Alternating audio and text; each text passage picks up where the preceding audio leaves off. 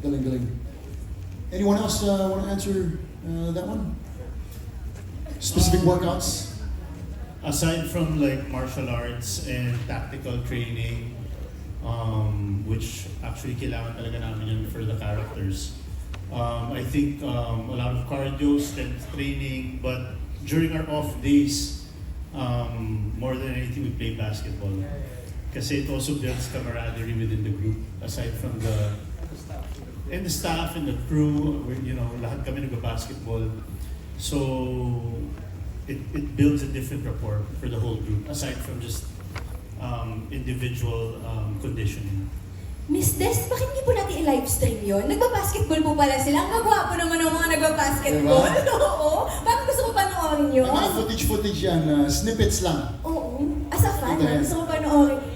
Ay, meron po. Pag day off. Oo. So, hindi part ng work. Oo. Now, speaking of basketball, Daniel Padilla, naka 7 3-points yan sa Star Magic All-Star Games. So, nagba-basketball na kayo. What's your go-to workout, DJ? Yeah, I played a lot of golf para Parang grabe yung build-up ko sa basketball Hindi. Oo. Hindi alam mo mental focus. Hindi. Ganun din, yan, Muay Thai and basketball. Yeah. Muay That's Thai it. and basketball. Okay, thank you. May gusto pa po bang mag-add? Maris, parang may gusto kang i-add? Aside from muscle building, I needed to gain more para ma-keep up sa mga gagawin. Oh, sarap naman ng ganung problem. Kailangan mo mag-gain. Oh. So, kumain lang ako. Ay, ang saya. Order lang ako ng order sa mga lock-in namin. O, diba? Ang tanong ko, go to workout, hihilitan tayo ng kumain po ako. Part of training yan eh. Yeah, Protein, Yung yeah. pero din ako nag-extra effort. So, yun yung Sana all. Yes, but you look terrific. Kita naman namin yung pinaghirapan mo, Marie. Thank you. Okay, now, let's go to our next question. Ito po, I think, tanong ng lahat. And this is for Derek Lester and Miss Des. After seeing that trailer, na by the way, yun ang world premiere. First time din po mapanood ng cast yun. So, sabay-sabay natin napanood yun for the first time. So, ito po ang tanong. This is from Chad Rosete of Manila Feed. Sa bigat po ng casting plus bonggang location, gaano kalaki ang production at budget ng series na ito? And share with us your experience. Direct, this is for you. Directing Daniel, Richard, and Maurice. Gaano kahirap for you? Grabe naman yung gaano kahirap. Pero ito po muna tayo sa budget. Yes, gaano po kalaki? Miss We Des? have enough, but di ba laki nung show? But with the help of everyone here, lahat sila talaga cooperative, team players. Di ba? Hindi kami nahihirapan. So, maximize namin yung taping hours namin. Nagagawa namin yung dapat namin gawin because everybody is cooperative. Malaking bagay yun. Thank you, guys. Thank Miss you. Des.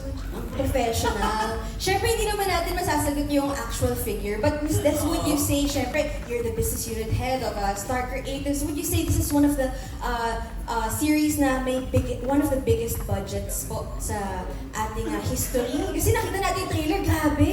Opo. Tama lang, pero meron kaming way to do things. Kaya ganyan siya kalaki, pero okay naman yung budget.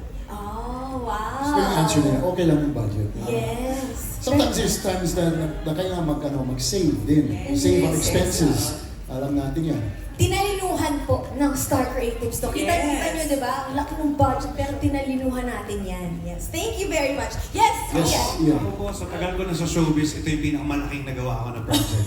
Hindi talaga, kasi I mean, the locations, we shot in Nido, Italy, and grabe yung scenes and boats and yung mga sabugan and all the effects.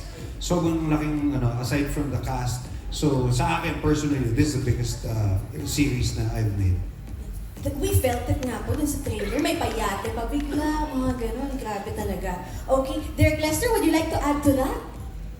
When it comes to budget, I may say we are very fortunate with the support of ABS-CBN.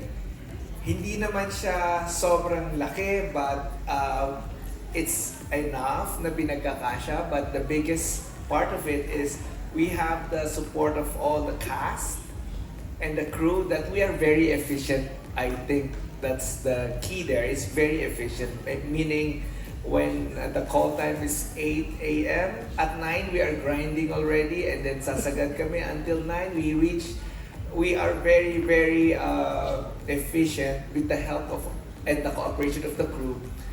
We wrap after 12 hours. We go home. We are in our hotel rooms after in 30 minutes time. That's something very different.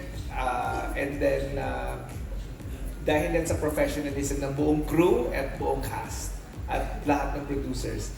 And then one thing that is different, if you ask me kung gaano kahirap, actually all of these guys made my job very easy because they're really the best in what they do.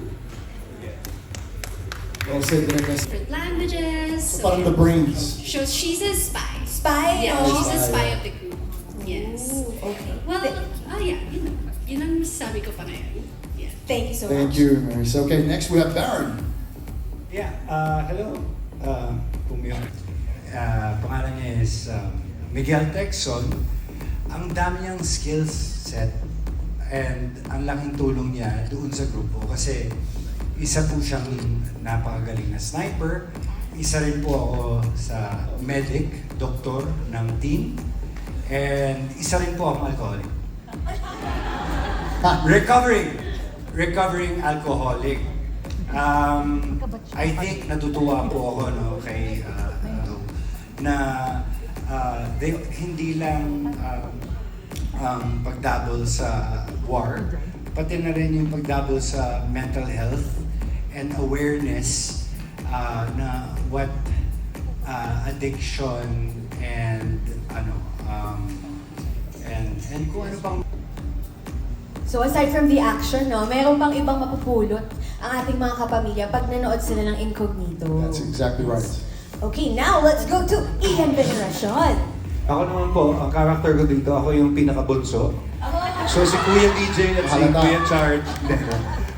I play the role of Greg Paterno, and he has a long history of military service, has worked overseas, and he's a tactician, yung nakikipag-negotiate for the whole team.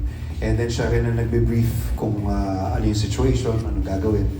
And yun, and pero sarili niya, marami rin siyang nakaraan na unresolved issues, personal issues, na hindi ko pa siguro dapat i-disclose, pero along the way, makikita rin kasi yung individual journey ng kada character. That's I think what makes it. Sa action na barilan, no? It's 7 different characters and different phases in their journey. Tapos nagtatagpo-tagpo sila. So minsan maganda minsan swak yung dynamics. May minsan may tension between characters. So it's really interesting. So may depth din yung characters nila. But ako, I also want to ask, kasi fan talaga ako ni Ian Veneracion. We know that you fly also, di ba? You're a pilot. So magagamit niyo ba yung dito? Lahat ng skills na Exciting. Very excited. So, Sa trailer pa lang, di ba? That's a good teaser pa Maganda lang. din siya dito. Alright, next we'll have Richard. Yes, ako dito si Jose Bonifacio, discharged ex-Navy SEAL. Mission-based yung objective lagi ni JB dito. Isa sa mga main objectives niya ay makabalik sa military. And I also come from a family of military men. So, ayun, exciting. Dugong Igorot, Makatao, at Discharged Scout Ranger. Yun na muna. Short but sweet, oo. Pero tama nga yun, para talagang we're left wanting for more, di ba? So January na po yan, mga kapamilya. At ngayon, ito na, itatanong na rin natin yung mga iba pang mga